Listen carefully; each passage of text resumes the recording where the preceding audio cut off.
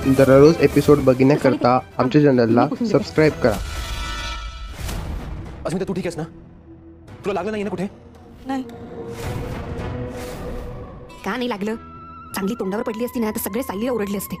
पण अजूनही वेळ गेली नाहीये. अरे बापरे, बरंच तेल सांडलंय. पूर्णाई, अहो मी मगाशी कडनं साफ केलं तेव्हा इथे तेल नव्हतं. हे काय इथे तेलाचं भांड आहे ना? सायली, हे तेलाचं भांड तूच इथे आणून ठेवलं होतंस ना? हो, दिवा नंतर लावायचा होता म्हणून मी तेलाचं भांड इथे आणून ठेवलं होतं. उगाच खोटं बोलू नकोस. आपण दिव्यात तेल तेव्हाच ओततो जेव्हा आपण ओवाळणीचा तबक तयार करतो. पण तू मुद्दाम आधी ओतलं नाहीस, तू इथे आणून ठेवलंस. कारण तुला अस्मिताला पाडायचं होतं.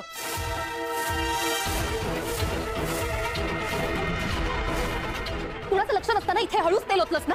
तोंडाला येईल ते बोलू नकोस प्रिया. तुझा आणि अस्मिताचा पटत नाही हे इथे सगळ्यांना माहिती आहे. म्हणून तू असा राग काढणार आहेस तिच्यावर? माझा जीव गेला तरी मी असं काही करणार नाही.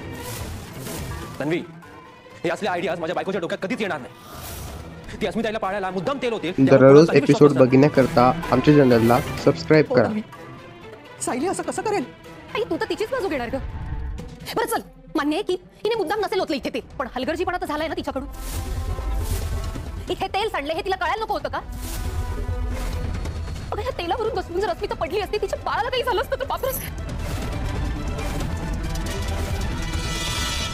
मला काय विचार करून सुद्धा भीती वाटतेय. मी ते तबक इथे बाजूला सारून ठेवलेलं होतं. त्यातनं तेल सांडणं शक्यच नाहीये प्रिया. अगं मग तेल काय जादूने सांडलं का जमिनीवर? जबाबदारी तू घेतली होतीस ना, मग लक्ष कोण ठेवायचं? आई हो, मी तर अस्मिता त्यांना तयार करायला गेले होते. तेल कसं सांडलं मला खरंच माहित नाहीये. माझ्या बायकोचं काम परफेक्ट असतं मला. तिला जर हे कळलं असतं ना की तिथे तेल सांडलंय तर ते तिने आधीच पुसलं असतं. त्याशिवाय तिने अस्मिताला तिथे येऊच दिलं नसतं. तेल सांडण्याचं हे काम माझी बायको इथे नसताना दुसऱ्याच कोणतरी व्यक्तीने केलेलं दिसतंय मला. छान, म्हणजे हे सुद्धा तू माझ्यावरच घालणार आहेस का? अगं तन्वी थांब. अर्जुनने तुझं नाव पण घेतलेलं नाहीये. सुमन काकी, दररोज एपिसोड बघण्याकरता आमच्या चॅनलला सबस्क्राईब करा. तरी त्याला हेच म्हणायचं. करायचं सगळं ह्याच्या बायकोने आणि दोषी मला ठरवायचं. तन्वी, तन्वी तुझा काही दोष नाहीये. नाही नाही, चूक ना माझीच आहे. मी वेंधळ्या मुलीला चोरडीची तयारी करायला दिली. आता आपलं किती महागात पडलं असतं.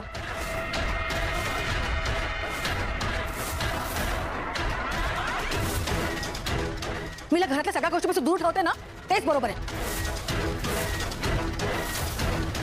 इथे मी पडले असते आणि तन्वीच्या चेहऱ्यावर स्माईल.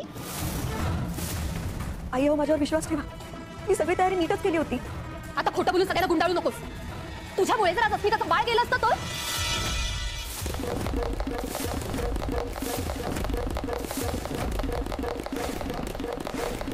नाही नाही, तुला काहीच फरक पडला नसता ग. हे पाप घेऊन सुद्धा ना तू मजेत जगली असतीस. गप्पा बस तन्वी. सायलीला दोष द्यायचा म्हणून तू काहीही बरोबरतेस. बघ, अस्मिताच्या बाळाबद्दल असं काहीतरी बोलताना तुला लाज कशी नाही वाटली? दररोज एपिसोड बघण्याकरता आमच्या चॅनलला सबस्क्राईब करा. तू काही बोलत नाहीयेस, सायलीला दोषही देत नाहीयेस, पण तिची बाजूही घेत नाहीयेस, हे बघतोय मी.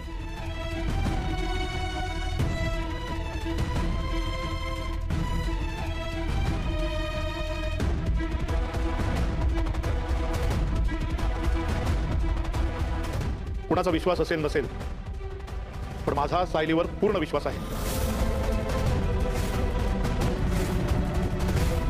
आज जे काही घडलंय त्यात सायलीची काहीही चूक नाही याची मला पूर्ण खात्री आहे. सायली अस्मिताच्या बाबतीत असा निष्काळजीपणा दाखवूच शकत नाही.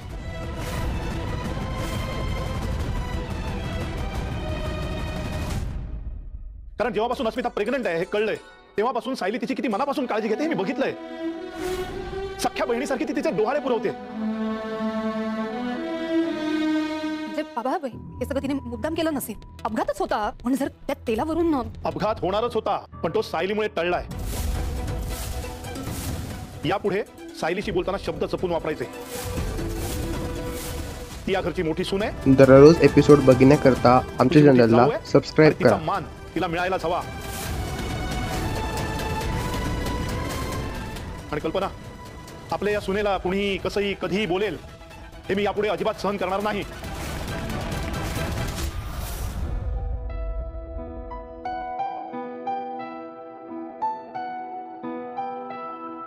हिचा हा बाप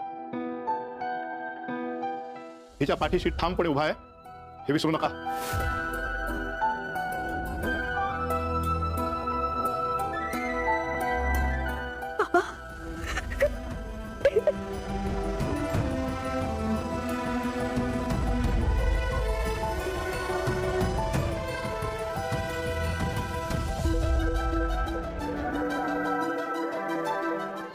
बस झालं आता, पुरे करा सगळ्यांनी. मला काहीही झालेलं नाही. आपण कार्यक्रमाला सुरुवात करूया, नाहीतर विचारांनी मला पल्पिटेशन्स व्हायला लागतील. चला अस्मिताची ओटी भरून घ्या. अस्मिता ये.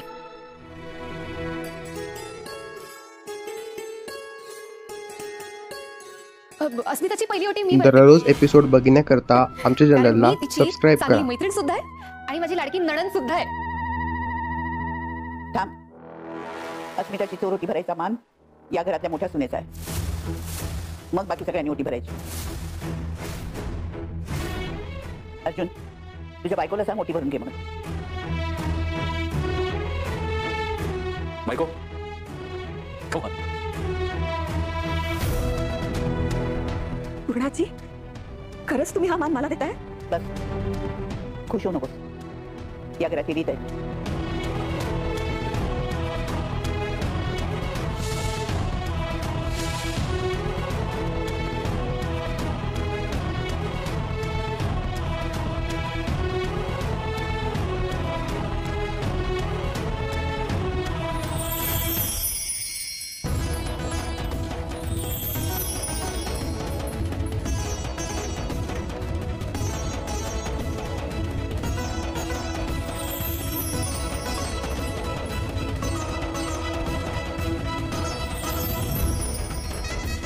दररोज एपिसोड बघण्याकरता आमच्या चॅनलला सबस्क्राईब करा.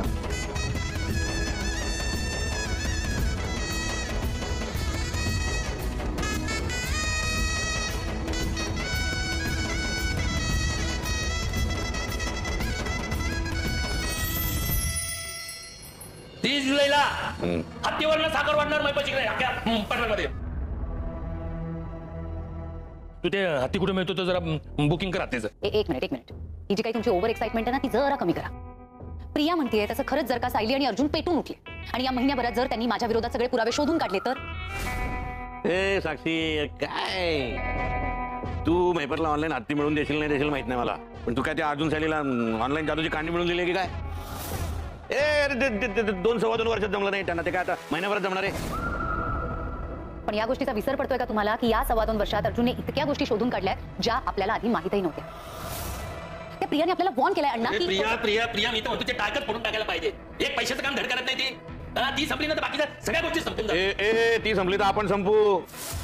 आपल्यासाठी प्रिया आहे ती, पण लोकांसाठी. दररोज एपिसोड बघण्याकरता आमच्या चॅनलला सबस्क्राईब करा. आणि दादाच्या आणि सुभेदारांच्या तिजोरीची किल्ली. आणि तिने तो व्हिडिओ शूट केलाय त्याचा विसर पडलाय तुम्हाला? अहो तो कुठे सेव्ह केलाय हे सुद्धा माहित नाही आपल्याला. की मेल्यावर तिने जर तो व्हिडिओ कोणाला तरी मिळण्याची सोय करून ठेवली असेल तर मग काय आपण काय फासावर चढायचं? हा मला नाही चढायचं फासावर. नाही गप्पा बस तन्वी. सायलीला दोष द्यायचा म्हणून तू काहीही बनवतेस. तुमचा कुणाचाही विश्वास असेल नसेल, पण माझा सायलीवर पूर्ण विश्वास आहे. तिचा हा बाप तिच्या पाठीशी ठामपणे उभा आहे हे विसरू नका. बायको बायको बायको बायको बायको ये आज खूप खूप खूप खूप खुश आहे. एक डान्स तो बनता. हे काय अगं डॅडनी आता किती सपोर्ट केलाय तुला आणि तू रडतीयस. आनंदाश्रू म्हणतात याला. माझ्या डोक्यावरचं केवढं मोठं ओझं उतरलंय तुम्हाला नाही कळणार, पण आज वाटतंय की माझे बाबा मला परत मिळाले. आणि डॅडनी तुला या घराची सून म्हणून तुझा मान सुद्धा मिळवून दिला. मधुभाऊना आम्हाला नेहमी सांगायचे खरी श्रीमंती पैशांची नसते, माणसांची असते. मग जेव्हा मधुभाऊ शिकवत होते तेव्हा ती प्रिया कुठे गेली होती?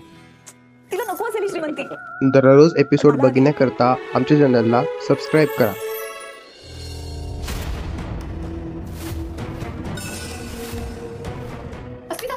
मस्त झाली तुझी चोरोटी. त्यावेळी सायलीने घालायचा तो गोळ घातलाच, पण तू लकी आहेस म्हणून तुला काहीही झालं नाही.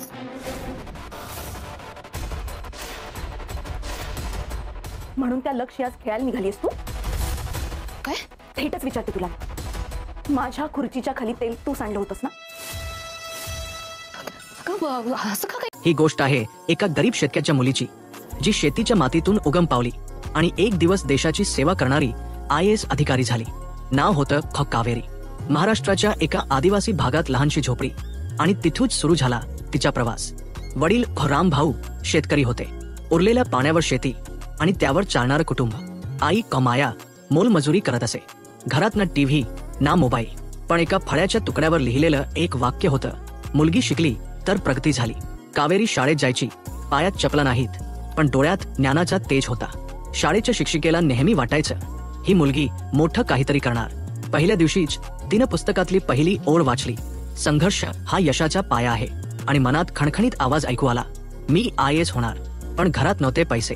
शैक्षणिक पटकन वसुलीला अपुरं होतं. रामभाऊ म्हणायचे, मुलीला शिकवून काय फायदा? माया शांतपणे म्हणायची, शिक्षण म्हणजे मोकळीक, आणि ती मोकळीक आपली तिला द्यायला हवी.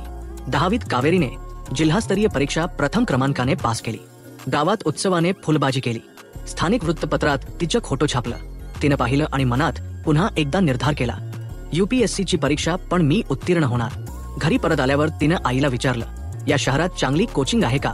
माया डोळ्यात पाणी आणत म्हणाली, पैसे नाहीत, पण मेहनत आहे, ती पुरायला हवी. तिने स्वतःच जिद्दी वाढवली आणि गावातील ग्रंथालयाचं सदस्यत्व घेतलं. जुन्या UPSC पुस्तके वाचायला सुरुवात केली. दिवसभर शेतात मदत आणि रात्री दीपस्तंभाच्या उजेडात अभ्यास. एका शिक्षकांनी तिच्यावर महत्वाचे भाषण दिले, UPSC म्हणजे सातत्याची कसोटी. पहिल्या प्रयत्नात अपयश आलं तरी तुझं ध्येय कधी विसरू नकोस. कावेरीला तो शब्द कोसळला जसं जीवनावरील पहिली पाऊल चढताना. तिने लहानशा खांबावर कौशल्याने आपले लक्ष ठरवलं. नदीकाठी बसून नोट्स तयार केल्या. एखादं शब्द विसरलं की परत परत धुंडाळून परत मांडली. गावातले लोक विचारायचे, अजून अभ्यास करतोयस का? शेतात मदत कर. ती हसून म्हणायची, शिकायचं आहे तर जगूनी शिकायचं. बोर्डाची परीक्षा खूप चढउतार झाली. 10वी मध्ये पहिला क्रमांक, 11वीत दुसरा. सर्वत्र तिचं नाव गाजलं. पण ती स्वतःला दडपून धरायची, अपयशाच्या भीतीने नव्हे तर जिंकण्याच्या आकांक्षेने. त्याच वेळी गावात वादळी पाऊस आला. शेतपिकं नष्ट, घरात नुकसान. रामभाऊंची तब्येतही बिघडली. कावेरीला कळलं की परीक्षा केंद्राला पोहोचणं कठीण होईल. पहाटे 4 वाजता ती नदी पार करून शिकवणीला पोहोचली.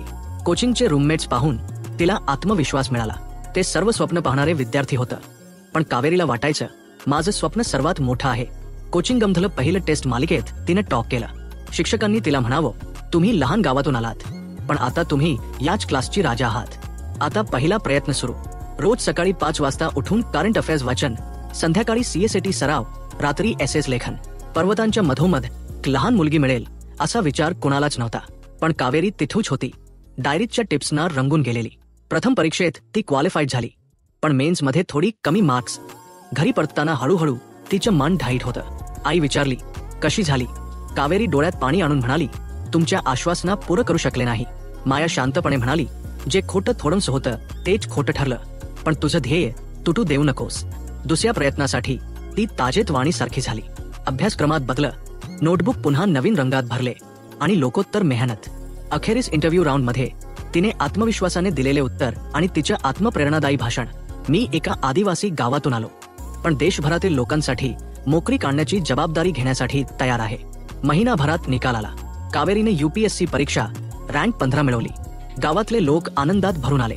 रामभाऊंच्या डोळ्यात हर्षाचे अश्रू. माया आनंदाने फुलली. ती IAS झाली. पण कथेचा खरा प्रवास तेव्हा सुरू झाला. पहिली पोस्टिंग होती एका डोंगराळ जिल्ह्यात. आदिवासी लोकसंख्या, रस्ते नाहीत, पाणी नाही आणि शाळा तर अजूनही झोपड्यांमध्ये.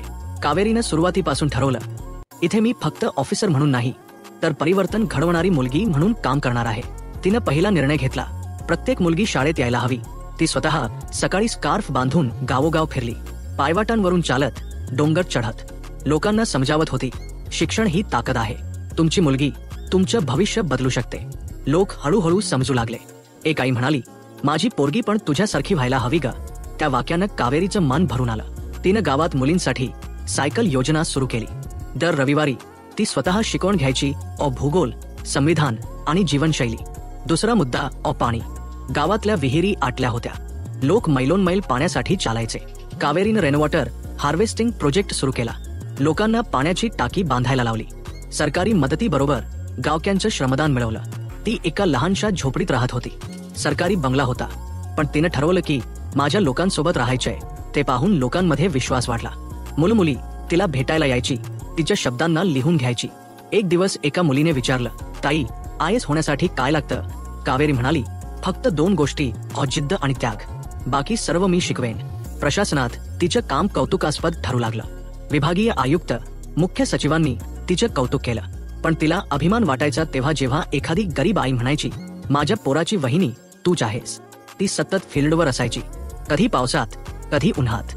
एकदा तिने स्वतः नदी पार करून गावात पोहोचून अडकलेल्या लोकांना अन्न वाटप केलं. व्हिडिओ सोशल मीडियावर व्हायरल झाला. पण तिला त्यात रस नव्हता. तिच्या मते काम गाजलं पाहिजे, नाव नाही. दुसऱ्या वर्षी ती केंद्र सरकारच्या विशेष प्रकल्पासाठी दिल्लीला बोलावली गेली. एक मोठी टीम होती, पण त्या सगळ्यांना एका ग्रामीण ऑफिसरचं भाषण ऐकून चकित केलं कावेरीचं. तिच्या प्रस्तावामुळे देशभरात डिजिटल पंचायत योजना सुरू झाली.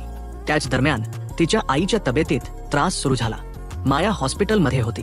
कावेरी दिवसरात्र काम करून आईच्या शेजारीही असायची. डॉक्टरांनी सांगितलं, तिचा आत्मविश्वास टिकवणं गरजेचं आहे. कावेरीने आईला मिठी मारली आणि म्हणाली, आई, माझ्या डोळ्यात बघ, अजून खूप काही करायचंय. मायाला बरे वाटायला लागले. कावेरीनं पुन्हा जिल्ह्यात परत येऊन स्वच्छता अभियान, महिला बचत गट आणि गाव स्वयंपूर्ण करण्याचं मिशन सुरू केलं. ती आता केवळ एक अधिकारी नव्हती, ती एक चळवळ होती. तिचं नाव म्हणजे मुलींसाठी प्रेरणा, आई वडिलांसाठी आदर आणि गावक्यांसाठी आशा. एका दिवशी तिच्या शाळेच्या जुन्या वर्गात ती प्रमुख पाहुणी म्हणून गेली. छोट्याशा मुलीने तिला विचारलं, ताई, तुझं खरं यश काय आहे? ती हसून म्हणाली, तुझं हे विचारणं हेच माझं खरं यश आहे. कधी काळी जी मुलगी चपलांशिवाय चालायची, ती आज मुलींसाठी रस्ता बांधते. जी मुलगी मेणबत्तीच्या उजेडात वाचायची, ती आज प्रत्येक घरात लाईट पोचवते. जी मुलगी आईच्या हातून पोळी खायची, ती आता आईला सोन्याची बांगडी घालते.